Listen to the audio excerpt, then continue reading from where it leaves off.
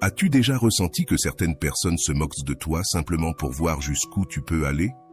As-tu déjà remarqué qu'il y a des personnes qui te traitent mal, non pas parce que tu le mérites, mais parce qu'elles savent qu'elles peuvent le faire sans aucune réponse de ta part? La vérité est dure. Ceux qui ne montrent pas de limites finissent par devenir des tapis, et ceux qui essaient d'être bons tout le temps finissent par être piétinés. Aujourd'hui, tu vas apprendre à mettre ces personnes à leur place, loin de ta paix et hors de ta tête.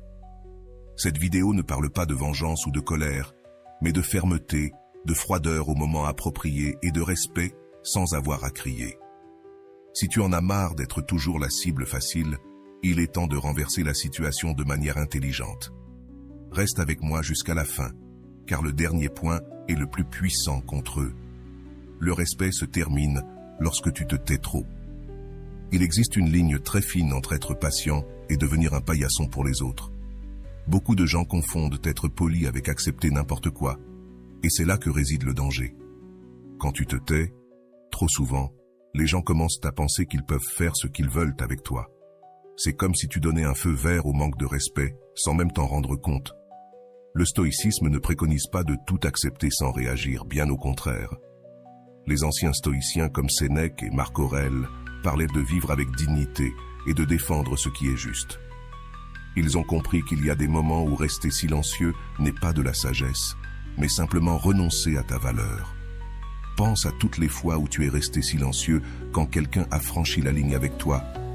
Peut-être ce collègue qui s'attribue toujours ton mérite, ou ce membre de la famille qui continue de faire des blagues offensantes sur son apparence ou ses choix.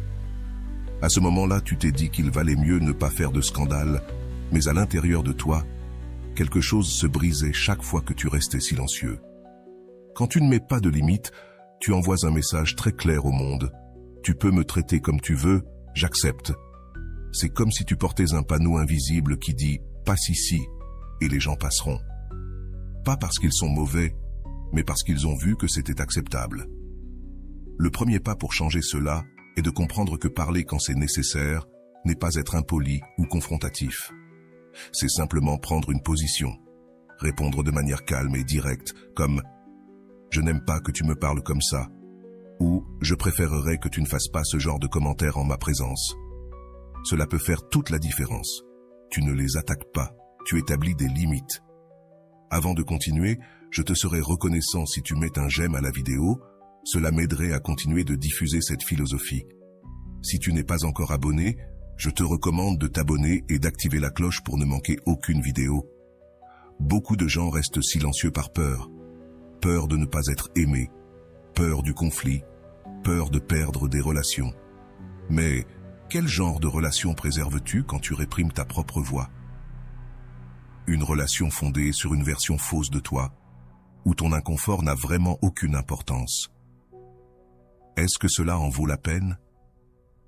Les stoïciens nous enseignent aussi le courage moral, la force de défendre ce qui est juste, même quand c'est difficile. Cela ne signifie pas chercher une bagarre pour des petites choses, mais savoir quand quelque chose d'important est en jeu, ta dignité, tes valeurs, ton bien-être psychologique. Dans ces moments-là, parler n'est pas juste une option, c'est une nécessité.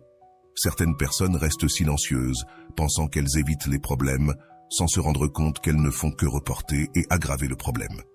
C'est comme une cocotte minute. Plus tu ingères, plus la pression s'accumule. Et un jour, pour une petite chose, tu exploses de manière démesurée. Alors, on a l'impression que c'est toi le problème.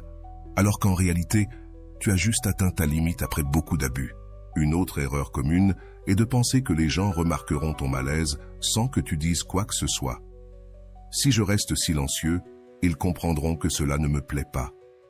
Cela fonctionne rarement ainsi. La plupart des gens sont tellement centrés sur eux-mêmes qu'ils ne captent pas ces nuances. Si tu ne verbalises pas, ils supposeront que tout va bien. Parler ne signifie pas être agressif. La voix la plus puissante est souvent la plus calme, celle qui n'a pas besoin de crier pour être respectée. Il est possible d'être ferme et gentil en même temps. Je comprends ton point de vue, mais je ne suis pas d'accord avec la façon dont tu me parles. Est très différent de répondre de la même manière quand quelqu'un est grossier. Les personnes que nous respectons le plus sont souvent celles qui savent quand prendre position. Ce ne sont pas des personnes qui se battent pour n'importe quoi, mais elles ne sont pas non plus de celles qui acceptent de rester en arrière. Elles ont cette dignité qui inspire naturellement le respect. Pour ceux qui ont toujours eu des difficultés à s'affirmer, commencer peut sembler décourageant. Commence par des situations moins menaçantes, peut-être avec des personnes que tu sais qui ne réagiront pas trop mal. Pratique des phrases simples comme « cela m'a dérangé » ou « je préférerais que tu ne fasses pas cela ». Petit à petit, tu gagneras confiance pour faire face à des situations plus difficiles. Souviens-toi que le respect est une voie à double sens. Tu mérites le même respect que celui que tu donnes aux autres, et une partie de te respecter soi-même, c'est de ne pas permettre que certaines lignes soient franchies avec toi. Quand tu te positionnes correctement, tu n'enseignes pas seulement aux autres comment te traiter, mais tu t'affirmes aussi toi-même en prouvant que tu as de la valeur. Mettre les gens à leur place commence par te mettre à ta propre place, celle de quelqu'un qui mérite d'être traité avec dignité. Le silence a sa valeur et son moment, mais quand il devient une norme face au manque de respect, il cesse d'être une vertu et devient une complicité avec ta propre dégradation. As-tu déjà remarqué comment certaines personnes semblent expertes pour appuyer sur tes boutons émotionnels? Cette provocation qui semble faite sur mesure pour te sortir de tes gonds. Ce commentaire qui réussit toujours à te faire bouillir. Cette attitude qui invariablement te laisse les pieds sur terre. Ce n'est pas une coïncidence. C'est exactement ce qu'elles veulent. Ta réaction forte et incontrôlable. Les personnes qui aiment faire des blagues sont comme des pêcheurs expérimentés. Elles lancent l'appât et attendent que tu manges. L'appât peut être un commentaire sur leur apparence, une critique de leur travail, une allusion à leur vie personnelle, ou tout ce qu'elles ont trouvé qui pourrait te toucher. Et quand tu réagis, que ce soit en criant, en pleurant ou en te défendant désespérément, elles ressentent cette satisfaction d'avoir obtenu ce qu'elles voulaient. C'est comme un jeu pour elles, un jeu dans lequel tu perds deux fois. D'abord parce que tu te sens mal, et ensuite parce que cela leur confirme qu'elles ont du pouvoir sur toi. À chaque fois que tu leur donnes la réaction qu'elles attendent, tu leur dis essentiellement « Oui, tu peux contrôler comment je me sens, tu as ce pouvoir sur moi ». Le stoïcisme nous enseigne une leçon précieuse ici. Le véritable pouvoir ne réside pas dans le contrôle des autres, mais dans le contrôle de soi-même. Épictète, l'un des grands philosophes stoïciens, disait que nous ne pouvons pas contrôler ce qui nous arrive, mais nous pouvons contrôler comment nous réagissons à ce qui nous arrive.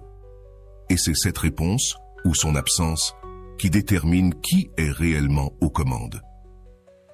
Quand quelqu'un essaie de se moquer de toi et que tu ne donnes pas la réaction qu'il attendait, c'est comme si tu brisais le script qu'il avait écrit dans sa tête. C'est déconcertant pour ceux qui provoquent. C'est comme si un acteur principal changeait soudainement toutes ses répliques au milieu de la pièce. Les autres acteurs sont perdus, ne sachant pas comment continuer. Une tactique puissante est d'observer le modèle. Les personnes qui se moquent utilisent souvent les mêmes stratégies encore et encore, parce qu'elles ont fonctionné par le passé. La dernière fois, elles ont parlé de leur divorce, et elles ont presque pleuré.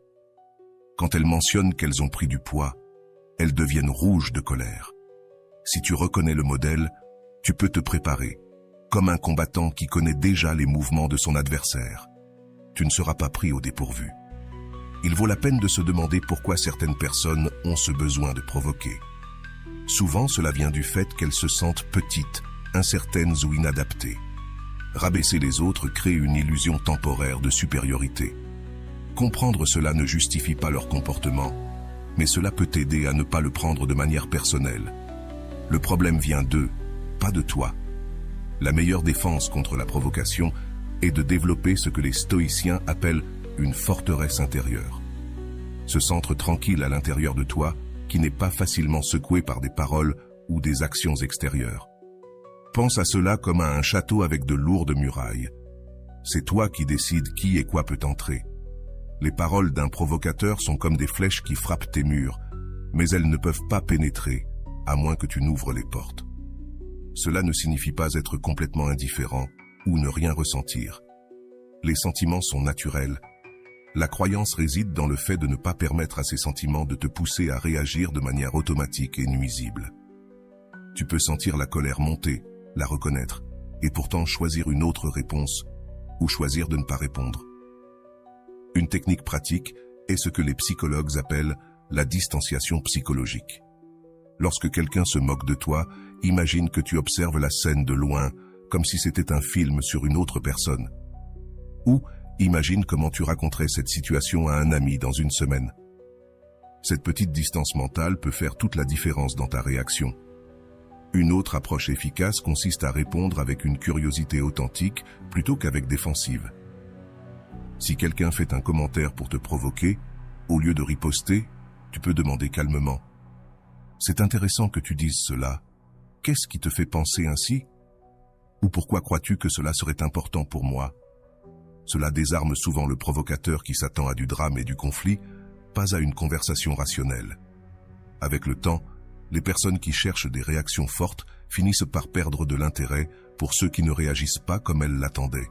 C'est comme un tyran qui abandonne lorsqu'il voit que ses moqueries n'affectent plus la victime. Ils veulent du drame, du conflit, du pouvoir. Lorsqu'ils ne l'obtiennent pas, ils cherchent naturellement une autre cible. Rappelle-toi toujours, chaque fois que tu ne donnes pas la réaction que le provocateur attend, non seulement tu le désarmes, mais tu renforces aussi ton propre autocontrôle. Tu entraînes ton cerveau pour répondre de manière plus calme et consciente dans des situations stressantes. C'est un muscle qui se développe avec la pratique. Mettre ces personnes à leur place ne signifie pas créer un spectacle de cris ou gagner une discussion, mais prouver, par ton calme et ton contrôle, que leur technique de manipulation émotionnelle ne fonctionne plus avec toi.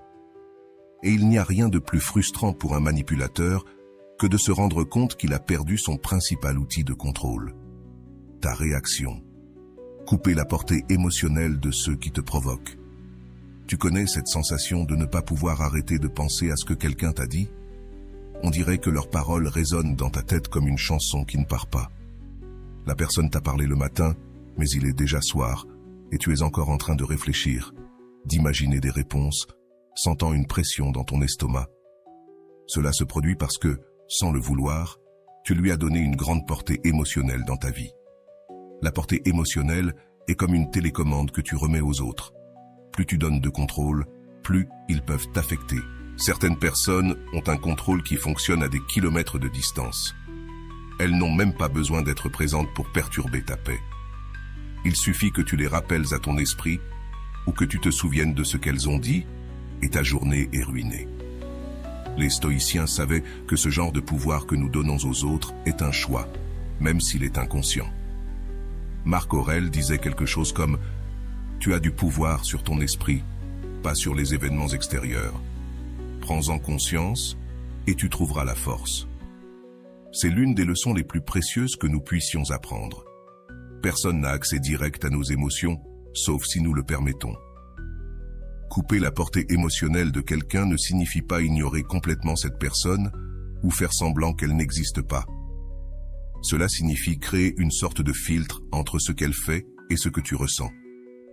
C'est comme installer un système de sécurité aux portes de ton esprit. Tout ce qui arrive ne peut pas entrer automatiquement. Une technique pratique que l'on peut appeler désidentification.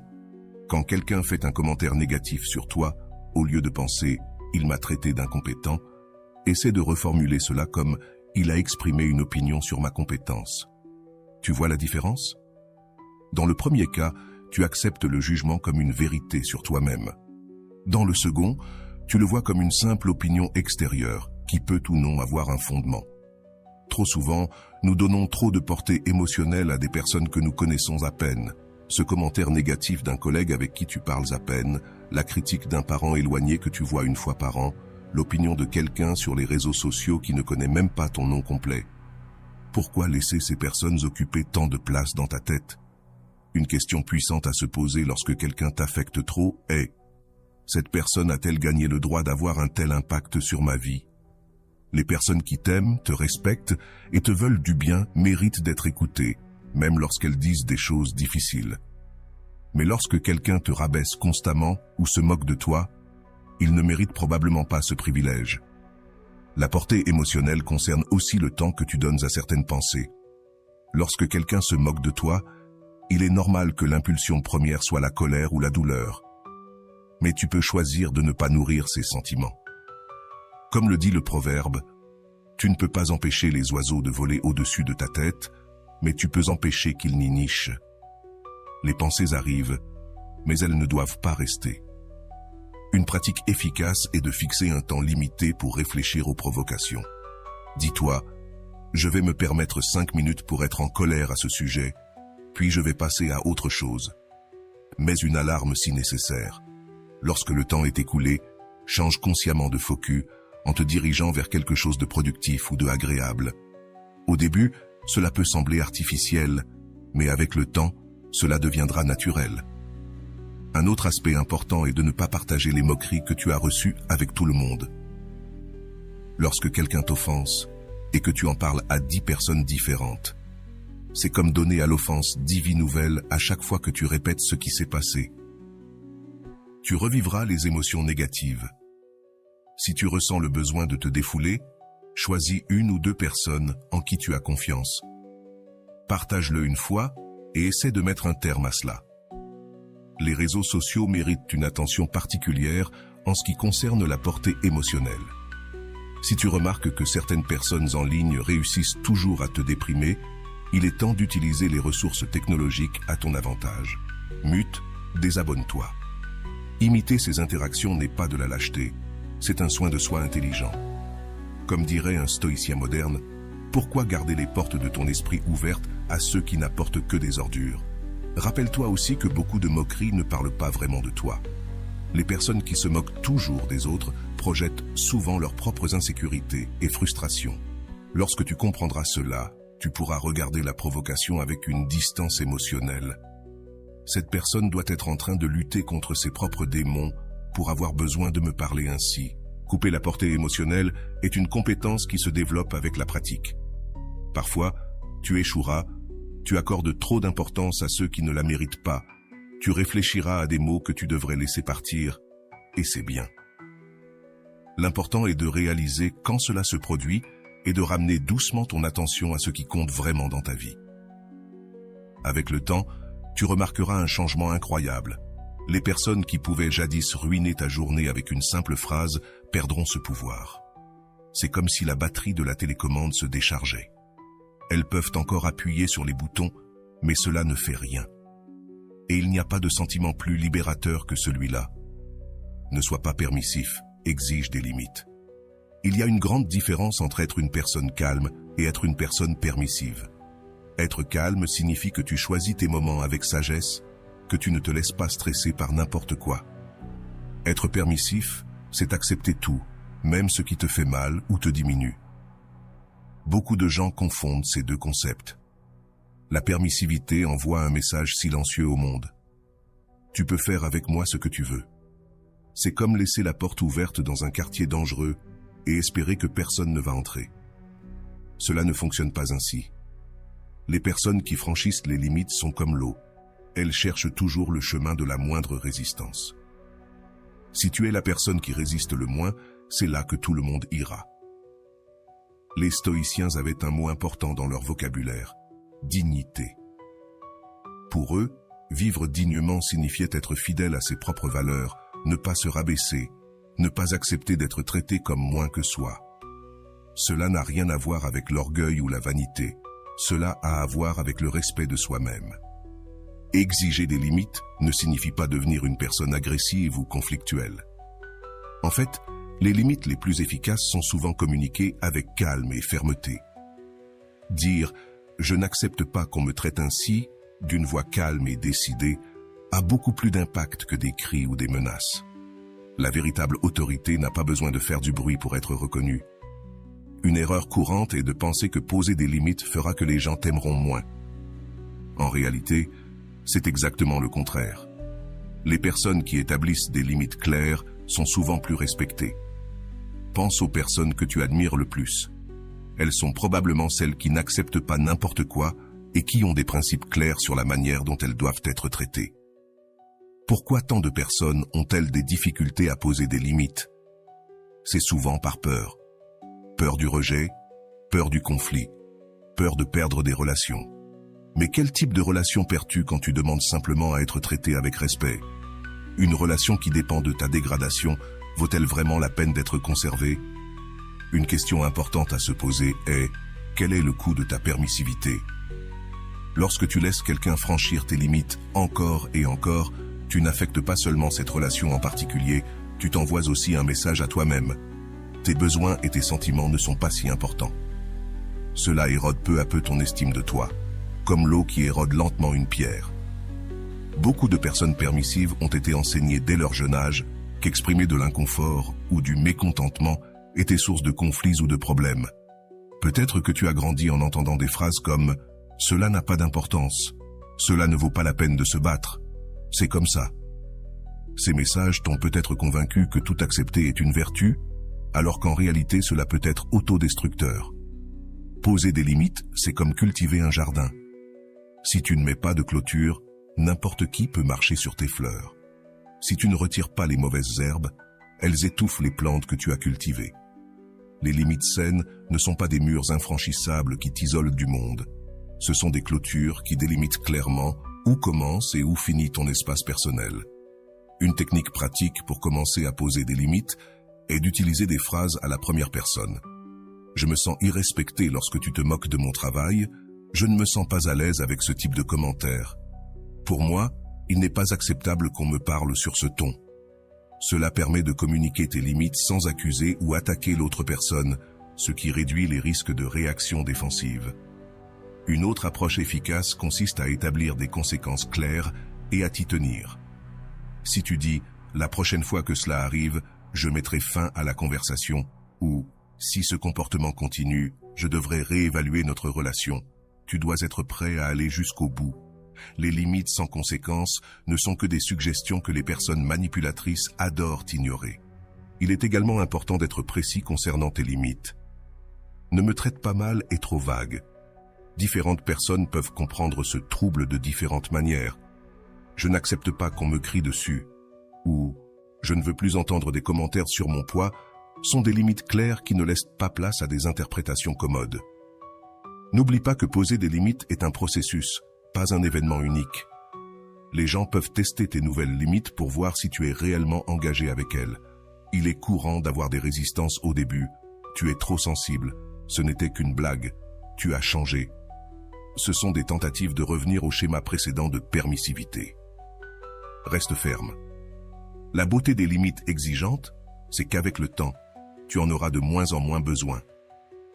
Lorsque les gens autour de toi comprennent que tu as des règles claires sur la façon dont tu dois être traité, beaucoup ajustent naturellement leur comportement. C'est comme entraîner un muscle. Au début, c'est difficile et douloureux, mais avec le temps, cela devient ta force naturelle. À la fin de la journée, ne pas être permissif est un acte d'amour de soi. C'est reconnaître que tu mérites du respect et un traitement digne. Et lorsque tu crois vraiment cela, les gens autour de toi commencent également à y croire. Non seulement tu mets les autres à leur place, mais tu te mets toi-même à ta propre place, celle de quelqu'un qui mérite ce qu'il y a de meilleur. Utilisez le distancement de manière intelligente. As-tu déjà remarqué comment certains problèmes semblent énormes lorsqu'on est au milieu d'eux, mais deviennent beaucoup plus petits quand on les regarde de loin? C'est comme cette dispute qui hier semblait être la fin du monde. Mais une semaine plus tard, tu te souviens à peine de pourquoi tu étais si contrarié. Cela se produit parce que la distance change notre perspective. Et savoir utiliser cette distance peut être ton arme secrète contre ceux qui te font du mal. Le distancement intelligent ne consiste pas à fuir les problèmes ou à couper les liens avec tous ceux qui te dérangent. Il s'agit de créer un espace sain entre toi et les situations toxiques pour pouvoir les voir plus clairement et réagir de manière plus appropriée. Les stoïciens appelaient cela « voir d'en haut », comme si tu pouvais flotter au-dessus de la situation et la regarder sous un angle plus large. Il existe plusieurs types de distancement que tu peux utiliser. Le premier est le distancement physique. Parfois, le simple fait de quitter la présence de la personne qui te provoque suffit à faire une grande différence. Si tu travailles avec quelqu'un qui te diminue constamment, tu peux peut-être réorganiser ton espace ou tes horaires pour avoir moins de contact avec cette personne. Si c'est un membre de la famille qui te critique constamment pendant les repas du dimanche, peut-être qu'il serait sain de réduire la fréquence de ces rencontres. Un autre type puissant est le détachement mental. Même quand tu ne peux pas t'éloigner physiquement, tu peux créer de la distance dans ton esprit. Une technique simple consiste à te demander: cela aura-t-il de l'importance dans 5 ans? Dans 1 an? Dans 1 mois? La plupart des provocations et des conflits perdent leur force quand tu te rends compte qu'ils sont temporaires et dans la grande image de la vie, insignifiants. Le détachement émotionnel est également essentiel. Cela ne signifie pas être froid ou insensible, mais plutôt éviter que tes émotions soient complètement liées aux actions des autres. Lorsque quelqu'un te critique durement, par exemple, tu peux reconnaître la tristesse ou la colère qui surgit. Mais tu n'as pas à te noyer dans ces sentiments, ni à laisser ces émotions définir toute ta journée. Une pratique utile est ce que les psychologues appellent la 3e personne. Lorsque tu es confronté à quelqu'un de difficile, essaie de raconter la situation comme si tu parlais de quelqu'un d'autre. Par exemple, Jean est en train de gérer un collègue qui l'interrompt constamment lors des réunions. Cette petite astuce crée suffisamment de distance pour que tu puisses voir la situation sous un autre angle. De manière plus objective, la distanciation temporelle fonctionne très bien. Lorsque quelqu'un se moque de toi, essaie d'imaginer comment tu te sentiras à ce sujet demain, la semaine prochaine ou le mois prochain. Regarde en arrière et réfléchis à combien de provocations similaires tu as rencontrées et que tu ne te souviens même plus. Le temps a cette manière de diminuer l'impact de choses qui, à présent, semblent énormes. Les personnes qui savent comment utiliser la distanciation comprennent également le pouvoir de la perspective. Une provocation est beaucoup plus douloureuse lorsque tu es fatigué, stressé ou affamé. Dans ces moments-là, ta résistance émotionnelle est faible et tout semble plus intense. Reconnaître cela te permet de penser: une partie de la raison pour laquelle cela me touche autant aujourd'hui, c'est que je suis épuisé. Il est important de ne pas confondre la distanciation avec l'indifférence ou la froideur. L'objectif n'est pas de cesser de se soucier de tout et de tout le monde. La distanciation saine est sélective. Tu choisis consciemment ce qui t'importe et l'espace émotionnel que chaque situation ou personne mérite dans ta vie. Comme l'a dit le philosophe stoïcien Épictète, ce ne sont pas les choses qui nous perturbent, mais les opinions que nous avons d'elles.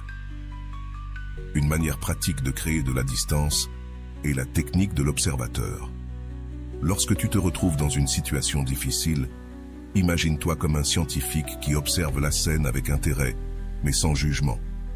Observe le comportement de l'autre personne, tes propres réactions internes et l'environnement autour de toi. Ce regard curieux et distant crée un espace pour des réponses plus sages. La distanciation t'aide aussi à voir des schémas qui autrement passeraient inaperçus. Tu pourrais remarquer que ce collègue qui te critique constamment fait de même avec tout le monde quand le patron est proche, ou que ce membre de la famille qui se moque de toi a tendance à le faire lorsqu'il traverse des problèmes personnels. Ces perceptions peuvent transformer l'irritation en compréhension. Un autre avantage de créer de la distance, c'est qu'elle permet à ton cerveau rationnel de s'activer. Quand nous sommes dans la chaleur de l'instant, c'est notre cerveau émotionnel qui prend le dessus, ce qui provoque des réactions que nous regrettons ensuite. La distanciation permet à la partie la plus sage de toi de prendre le contrôle avant de répondre. Les personnes manipulatrices détestent lorsque tu crées de la distance, car cela rend plus difficile l'exercice de leur contrôle. Elles veulent que tu réagisses immédiatement, émotionnellement, sans réfléchir. Quand tu t'éloignes, tu dis essentiellement « Tu ne contrôles pas comment je réponds à cela ». La distanciation est particulièrement précieuse sur les réseaux sociaux, où les mots durs et les provocations peuvent arriver à tout moment. Une règle simple, comme « Je ne répondrai pas aux commentaires négatifs le jour où je les reçois », peut te sauver de nombreuses disputes et regrets inutiles. Avec la pratique, tu commences à réaliser que la distanciation n'est pas seulement une technique de défense, mais une manière plus sage de vivre. Tu cesses d'être une feuille emportée par tous les vents émotionnels et deviens plus comme un arbre aux racines profondes. Tu peux ressentir la brise, mais tu restes fermement ancré à ta place. Le véritable pouvoir de la distanciation réside dans le fait de te rendre le contrôle. Lorsque tu crées cet espace entre le stimulus, ce que font les autres, et ta réponse, comment tu réagis, tu trouves ta liberté. Comme l'a dit Viktor Frankl, entre le stimulus et la réponse, il y a un espace. Dans cet espace réside notre pouvoir de choisir notre réponse. Dans notre réponse réside notre croissance et notre liberté. Toutes les attaques ne méritent pas de réponse. As-tu déjà remarqué comment certaines personnes semblent vivre pour chercher des conflits? Elles lancent une moquerie, font un commentaire malveillant ou disent simplement quelque chose pour te mettre sur la défensive, attendant ensuite anxieusement ta réaction. C'est presque comme si elles avaient leurs doigts sur la gâchette, prêtes à contre-attaquer dès que tu réponds. La vérité que les stoïciens ont découverte il y a des milliers d'années est simple mais puissante. Toutes les provocations ne méritent pas une réponse. En fait, souvent, le silence est l'arme la plus puissante que tu aies. Ce n'est pas un hasard si l'on dit que l'indifférence est le plus grand mépris. Lorsque tu choisis de ne pas répondre à une attaque, tu envoies un message très clair. Cela n'est pas assez important pour mériter mon énergie. Pense aux moqueries comme un appât. Quelqu'un lance l'appât dans l'eau, espérant que tu mordes. Si tu mords, tu es poussé dans une direction que tu n'as pas choisie. La personne qui a provoqué contrôle la situation parce que tu as réagi exactement comme elle le voulait. Mais que se passe-t-il si tu observes simplement l'appât flottant, que tu le reconnais pour ce qu'il est, et que tu t'éloignes en nageant? Tu conserves ta liberté et ton pouvoir. Une question puissante à te poser avant de répondre à une provocation est: quel est l'objectif de cette personne? En général, les attaquants veulent l'une de ces trois choses. Attention, validation ou contrôle. Ils veulent que tu perdes le contrôle pour confirmer une narration sur toi. Ils veulent de l'attention, même si elle est négative, ou ils veulent contrôler comment tu te sens et te comportes. Lorsque tu comprends cela, il devient plus facile de choisir de ne pas jouer à ce jeu. Les attaques révèlent souvent plus sur l'attaquant que sur toi. Lorsque quelqu'un critique constamment ton apparence, il peut être en train de projeter ses propres insécurités. Lorsque quelqu'un se moque de ton succès, il se peut qu'il soit en train de gérer son propre sentiment d'échec.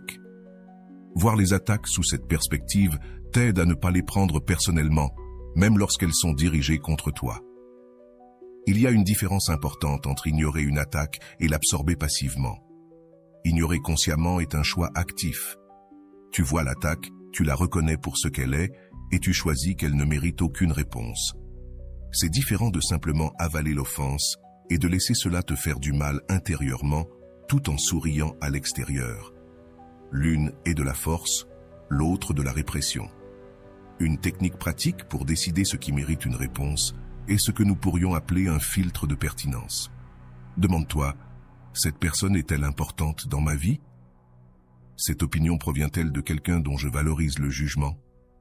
Cette critique contient-elle quelque chose qui pourrait m'aider à grandir? Si la réponse est non à toutes ces questions, tu peux probablement la laisser sans réponse. Sur les réseaux sociaux, cette capacité devient encore plus précieuse. Les personnes qui n'auraient jamais le courage de t'attaquer en personne se sentent courageuses derrière un clavier. Répondre à chaque provocation en ligne n'est pas seulement épuisant, mais cela peut amplifier le problème en donnant plus de visibilité à ce qui t'a dérangé. Les algorithmes adorent le conflit, car ils génèrent de l'engagement. Ne nourrissez pas cette machine. Le silence stratégique te donne aussi du temps. Lorsque tu ne réponds pas immédiatement, tu crées un espace pour évaluer si cela vaut la peine de répondre plus tard, quand tu seras plus calme et que tu penseras plus clairement. Parfois, ce qui semblait être une attaque terrible sur le coup paraît bien moins important quelques heures après.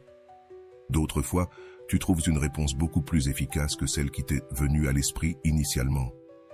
Cependant, il y a des moments où il est nécessaire de répondre, surtout quand l'attaque implique des mensonges qui pourraient nuire à ta réputation, quand elle franchit des limites qui sont vraiment importantes pour toi ou lorsqu'elle devient un schéma persistant qu'il faut arrêter. Dans ces cas, répondre n'est pas réactif, c'est stratégique. Et même alors, tu peux choisir de répondre avec calme et objectivité, sans entrer dans le jeu émotionnel de l'autre. Une approche puissante, lorsque tu décides de répondre, est ce que nous pourrions appeler une réponse miroir. Plutôt que de contre-attaquer ou de te défendre, tu reflètes simplement le comportement de la personne. Tu as fait beaucoup de commentaires négatifs sur mon travail et j'aimerais comprendre pourquoi. Cela place la personne face à son propre comportement, sans que tu aies à te rabaisser à son niveau. Rappelle-toi que ne pas répondre à une provocation ne signifie pas être passif. Dans tous les aspects de la vie, Tu peux être assertif sur les choses importantes, et pourtant choisir de laisser passer des commentaires mesquins ou des tentatives de déstabilisation. Comme le dit le proverbe, sois sélectif dans tes batailles. Parfois, avoir la paix est mieux que d'avoir raison. Avec le temps, les personnes qui cherchent à provoquer se rendent compte que tu n'es pas une cible facile. Quand elles ne reçoivent pas la réaction qu'elles attendent, la plupart finissent par se décourager et cherchent un autre objectif. C'est comme un bully dans la cour de récréation qui perd de l'intérêt quand sa victime potentielle ne montre ni peur ni colère. À la fin de la journée, choisir de ne pas répondre aux attaques est un exercice de liberté. Tu déclares que personne ne peut t'obliger à réagir, que tes réponses sont des choix conscients et non des réflexes automatiques que d'autres peuvent manipuler. Comme dirait un stoïcien, tu as le pouvoir de décider ce qui mérite ton énergie. Utilise ce pouvoir avec sagesse. Le changement intérieur apporte un nouveau résultat. T'es-tu déjà arrêté pour réfléchir pourquoi certaines personnes semblent toujours attirer le même type de problème? Cet ami qui trouve toujours des partenaires abusifs, ce collègue qui finit par avoir des conflits avec chaque patron, ou ce membre de la famille qui se sent toujours irrespecté par tout le monde. Ce n'est ni une coïncidence, ni de la malchance. La vérité inconfortable, c'est que nous continuons à récolter les mêmes résultats tant que nous maintenons les mêmes standards internes. Le stoïcisme nous enseigne une leçon fondamentale. Nous ne pouvons pas contrôler le monde extérieur, mais nous avons un contrôle total sur notre monde intérieur. Et c'est précisément ce changement intérieur qui finit par transformer aussi notre réalité extérieure. C'est comme une danse. Quand tu changes tes pas, ton partenaire doit s'adapter, qu'il le veuille ou non. Pense aux relations comme à un système d'engrenage. Si tu réagis toujours de la même manière quand quelqu'un se moque de toi, que ce soit en explosant, en te fermant ou en acceptant tout, tu crées un schéma prévisible. L'autre personne sait exactement à quoi s'attendre de ta part.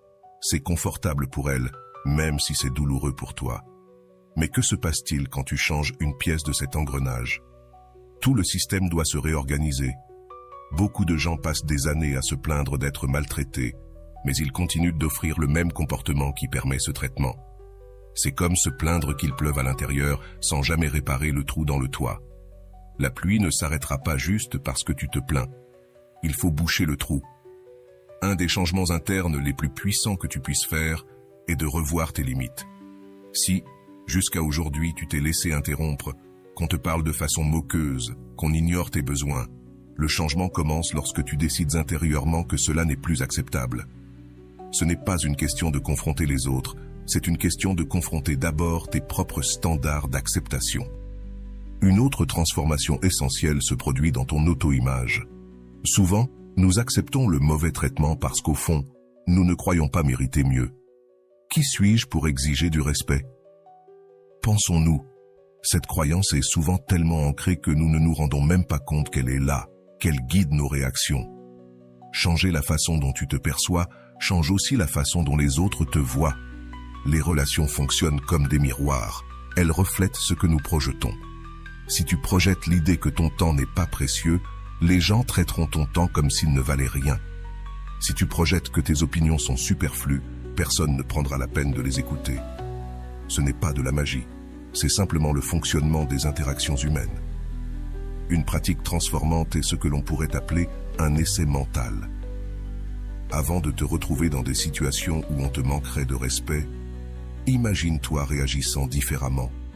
Visualise-toi calme, ferme, respectable. Ce type de préparation programme ton cerveau pour de nouvelles réponses, au lieu de tomber dans le mode automatique de vieilles réactions. Le changement intérieur implique aussi d'ajuster tes attentes. Si tu t'attends à ce que les gens te déçoivent, tu remarqueras probablement chaque petit défaut chez eux, en ignorant le reste. C'est comme porter des lunettes de soleil et se plaindre ensuite que tout semble sombre. Changer ce filtre intérieur peut révéler que certaines relations ne sont pas aussi toxiques qu'elles paraissaient. C'était la lentille qui déformait tout. Un des schémas les plus difficiles à reconnaître est notre propre addiction au drame. Oui, beaucoup de gens se plaignent du conflit, mais inconsciemment, ils le recherchent parce que l'adrénaline du drame est devenue familière, presque confortable. Il y a une étrange satisfaction à dire « Tu vois, je savais que cela allait arriver ». Reconnaître ce schéma est la première étape pour le briser. La façon dont tu te parles à toi-même façonne aussi tes relations. Si ton dialogue interne est rempli de « je ne pourrai jamais m'imposer, personne ne me respecte, je suis toujours la victime », ces messages finissent par devenir des prophéties auto-réalisatrices. Changer ce discours en « je suis en train d'apprendre à m'imposer, je mérite le respect et je le montre » transforme ta présence dans le monde. Une barrière importante au changement intérieur est la peur de l'inconnu. Lorsque tu changes, les personnes autour de toi sont obligées de s'adapter. Certaines n'aimeront pas cela et essayeront de te ramener à ton ancien rôle. Tu n'es pas pareil, diront-elles, comme si c'était une mauvaise chose. C'est tentant de revenir au schéma familier, même si cela est douloureux, juste pour restaurer la paix. Résister à cette pression est essentiel. Parfois, le changement intérieur le plus nécessaire est simplement d'accepter que certaines personnes ne te traiteront jamais bien, peu importe ce que tu fais. Pas parce que tu ne le mérites pas, mais parce qu'elles en sont incapables. Comme l'a dit le philosophe stoïcien Épictète, ceux qui exigent de l'admiration sont malades. Reconnaître cela te permet d'arrêter de frapper la même muraille en espérant qu'elle devienne une porte. Les stoïciens ont aussi souligné l'importance de la pratique constante. Changer les schémas internes ne se fait pas du jour au lendemain. C'est comme apprendre une nouvelle langue ou un nouvel instrument. Au début, c'est inconfortable. Tu fais des erreurs, tu retombes dans les vieux habits. Mais avec persévérance, le nouveau schéma devient aussi naturel que l'était le précédent. Un signe que ton changement intérieur fonctionne est lorsque les moqueries qui autrefois te déstabilisaient commencent à te paraître infantiles ou sans sens. C'est comme regarder un film d'horreur qui te terrifiait quand tu étais enfant et réaliser que les effets spéciaux sont évidents et amateurs. Le pouvoir qu'ils avaient ris sur toi s'évapore simplement. La beauté du changement intérieur, c'est qu'il ne dépend de personne d'autre que de toi. Il n'est pas nécessaire de convaincre les autres de changer en premier. Il n'est pas nécessaire d'attendre que les conditions soient parfaites. Tu n'as pas besoin de permission. Tu peux commencer maintenant, en silence, sans annonce ni déclaration. Et même alors, l'impact sera ressenti par tous ceux qui t'entourent. Finalement, remettre à leur place ceux qui te font du tort ne consiste pas en une grande confrontation dramatique. Il s'agit d'une révolution silencieuse qui commence en toi. Il s'agit de changer la dynamique du jeu en refusant de jouer selon les anciennes règles. Quand tu changes de l'intérieur, le monde autour de toi n'a d'autre choix que de répondre à ce nouveau toi. Et c'est la victoire la plus douce de toutes, celle qui vient de l'intérieur vers l'extérieur. Transcender le cycle de la toxicité. Imagine que tu sois pris dans un cercle vicieux. Quelqu'un te provoque, tu réagis. La personne utilise ta réaction pour te provoquer encore plus, et ainsi de suite. C'est comme être sur une roue de la fortune qui ne s'arrête jamais, montant et descendant avec les mêmes émotions négatives. La plupart des gens passent toute leur vie dans ce cycle sans se rendre compte qu'il existe une issue. Et cette issue n'est pas de continuer à tourner plus vite, mais simplement de descendre de la roue. Transcender le cycle de toxicité signifie faire un pas en dehors du schéma habituel de provocation et de réaction. C'est comme regarder un film que tu as vu plusieurs fois et enfin décider de changer de chaîne. Les stoïciens ont compris profondément ce concept. Pour eux, la véritable liberté ne réside pas dans le contrôle des autres, mais dans le contrôle de soi-même, de manière si complète que rien d'extérieur ne pourrait perturber leur paix intérieure. Le premier pas pour transcender ce cycle est de reconnaître que tu en fais partie. Beaucoup de gens sont tellement habitués aux relations toxiques qu'ils les considèrent comme normales. Les relations sont vraiment difficiles, disent-ils, comme si vivre constamment dans la tension et la douleur était le prix naturel pour se connecter avec les autres. Les relations saines peuvent avoir des défis, mais elles ne te laissent pas régulièrement épuiser et diminuer. Une partie essentielle de cette transcendance est de réaliser que la toxicité opère souvent par contraste. Si quelqu'un est explosif et agressif, tu tends à devenir silencieux et soumis. Si quelqu'un est contrôlant et rigide, tu deviens rebelle ou réservé. C'est comme si toi et l'autre personne dansiez une danse où chacun pousse l'autre vers des extrêmes opposés. Chacun se déséquilibre davantage dans le processus. Pour briser ce schéma, tu dois trouver ton centre. Il ne s'agit pas d'être l'opposé de l'autre, mais d'être complètement toi-même, indépendamment de la provocation. Si quelqu'un crie, Tu n'as pas à crier en retour, ni à te replier. Tu peux simplement rester centré sur ta propre dignité, répondant d'une manière qui reflète tes valeurs, pas l'énergie de l'autre personne. Une technique puissante pour transcender le cycle est ce que l'on pourrait appeler la réponse non complémentaire. Si quelqu'un s'attend à ce que tu te défendes frénétiquement, réponds calmement et avec curiosité. Si on attend que tu rendes l'attaque, réponds avec une compréhension ferme. Cela brise le schéma prévisible et crée de l'espace pour qu'une nouvelle dynamique émerge. Une partie de la toxicité dans les relations provient de schémas inconscients que nous apprenons dès notre enfance. Peut-être as-tu grandi dans un environnement où l'amour et le conflit étaient toujours mélangés, où l'attention n'arrivait que par le drame. Ces schémas sont difficiles à briser car ils opèrent en dessous du radar de la conscience. Les reconnaître est le premier pas pour les réécrire. Transcender signifie aussi arrêter de voir les interactions comme des batailles où quelqu'un doit gagner et quelqu'un doit perdre. Dans une mentalité toxique, si tu n'es pas au sommet, tu es au fond. Mais et si ce n'était pas une question de hiérarchie? Et si les relations pouvaient être des espaces où tout le monde garde sa dignité, où le désaccord ne signifie pas manque de respect, où les limites sont naturelles, plutôt que des déclarations de guerre? L'une des armes les plus puissantes pour sortir du cycle est la compassion, non seulement pour l'autre, mais surtout pour soi-même. Les personnes prises dans des schémas toxiques souffrent souvent, même lorsque cette souffrance se manifeste sous forme d'agression ou de manipulation. Cela ne justifie pas un comportement abusif, mais comprendre la racine de la toxicité t'aide à ne pas le prendre personnellement. Il s'agit d'eux, pas de toi.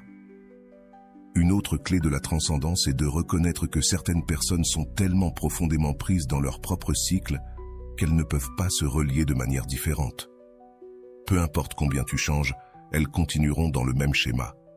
Dans ces situations, la décision la plus sage peut être d'augmenter la distance, non par colère ou vengeance, mais par amour propre, et même par compassion pour l'incapacité de l'autre. Les stoïciens diraient que transcender le cycle est une manière d'atteindre ce qu'ils appelaient l'apatheia. Ce n'est pas l'apathie telle qu'on l'entend aujourd'hui, mais un état de clarté émotionnelle où tu ne te sens plus submergé par des réactions négatives automatiques. Tu ressens les émotions, mais elles ne te contrôlent pas. C'est comme voir les nuages passer dans le ciel, au lieu d'être emportés par eux. Cela implique de poser la question: veux-tu avoir raison ou veux-tu être libre? Car souvent, s'accrocher à la nécessité de prouver que l'autre a tort, c'est ce qui te maintient pris dans le cycle. Une pratique puissante est d'imaginer la relation toxique comme une pièce de théâtre où toi et l'autre personne avaient des rôles fixes, répétant sans cesse les mêmes répliques. Transcender signifie refuser de dire vos répliques habituelles. Lorsque tu te sors du scénario, la pièce ne peut plus continuer comme avant. Soit un nouveau scénario émerge, soit la pièce se termine. De toute façon, l'ancien schéma est brisé. La véritable transcendance implique également le pardon, non pas comme un cadeau pour l'autre, mais comme une libération pour soi-même. Garder du ressentiment, c'est comme porter une lourde pierre en espérant avoir l'occasion de la lancer à la personne qui t'a blessé. Pendant ce temps, celui qui souffre du poids de cette pierre, c'est toi.